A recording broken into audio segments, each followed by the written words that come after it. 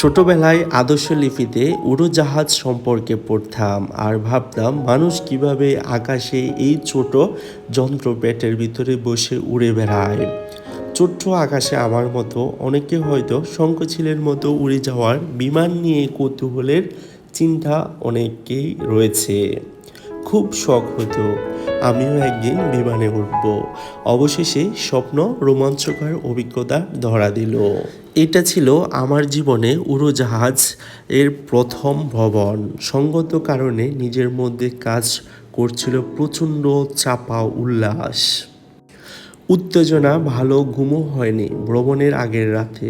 কল্পনায় এটিই শুধু অনুভব করতে চেষ্টা করেছিলাম যে কেমন হবে বিমান ভ্রমণ আগামীকালের। ভ্রমণের দিন যথাসময়ে উপস্থিত হলাম ঢাকার হজরত শাহজালাল আন্তর্জাতিক বিমানবন্দরে। বিমানবন্দরের সামনে আমাদের বহর গাড়িটি অবস্থান করে আমরা গাড়ি থেকে ব্যাগ নিয়ে বের হই। ইমিগ্রেশন সম্পন্ন করে ভিতরে ঢোকার পর দেখলাম রাজধানী ঢাকার নতুন রূপ। এতটা অভিজাত রূপে বিমানবন্দরকে সাজানো দেখে বেশ ভালো লাগলো। হঠাৎ খেয়াল হলো দুই দিকে প্রয়োজনীয় ওষুধের সঙ্গে নেওয়া দরকার। বিদেশে গিয়ে ওষুধ খোঁজ করে কেনা বেশ ঝামেলা হবে, কিন্তু আশ্চর্যের বিষয় হলো খোঁজ নিয়ে জানতে পারলাম বিমানবন্দরে কোনো ওষুধের দোকান নেই। দেখতে দেখতে উড়োজাহাজ ওঠার সময় হয়ে গেল এবং ইতিমধ্যে বিমানের ভিতরে প্রবেশ করেছি এবং নিজের সিটটি খুঁজে পেয়েছি। বিমানের ভিতরে দারুণ একটি রোমাঞ্চ অনুভব করছিলাম। বাংলাদেশ এয়ারলাইন্সের বিমানের ভিতরে ইতিমধ্যে প্রবেশ করেছিলাম এবং আমার সিটটি আমি খুঁজে পেলাম। বিমানটি কিছুক্ষণের মধ্যে রানওয়েতে যাচ্ছিল এবং আকাশে উড়াল দিবে, এবং এটি হবে আমার জীবনের প্রথম আকাশে উড়াল। সকাল 10টায় আমাদের বিমানটি উড়াল দিবে আকাশে এবং আকাশে খুব সৌন্দর্য দেখাবে।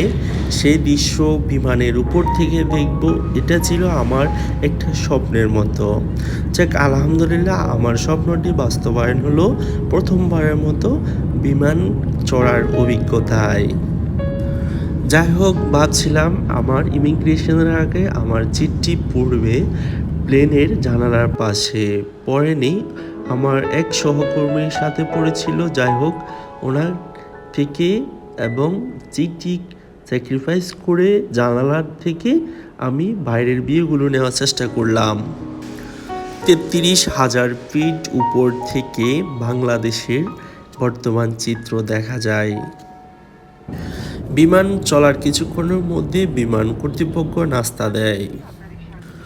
1 ঘন্টা 20 মিনিট আকাশে উড়াল দেওয়ার পরে আমাদের কাঙ্ক্ষিত লক্ষ্য নেপাল কাঠমান্ডু ত্রিভুবন বিমানবন্দরে এসে আমাদের বাংলাদেশ বিমানটি ল্যান্ড করে এবং আমরা বাংলাদেশ বিমান থেকে বের হয়ে বিমানের একটি বাসে করে বিমানবন্দরের নির্দিষ্ট স্থানের দিকে যাচ্ছিলাম।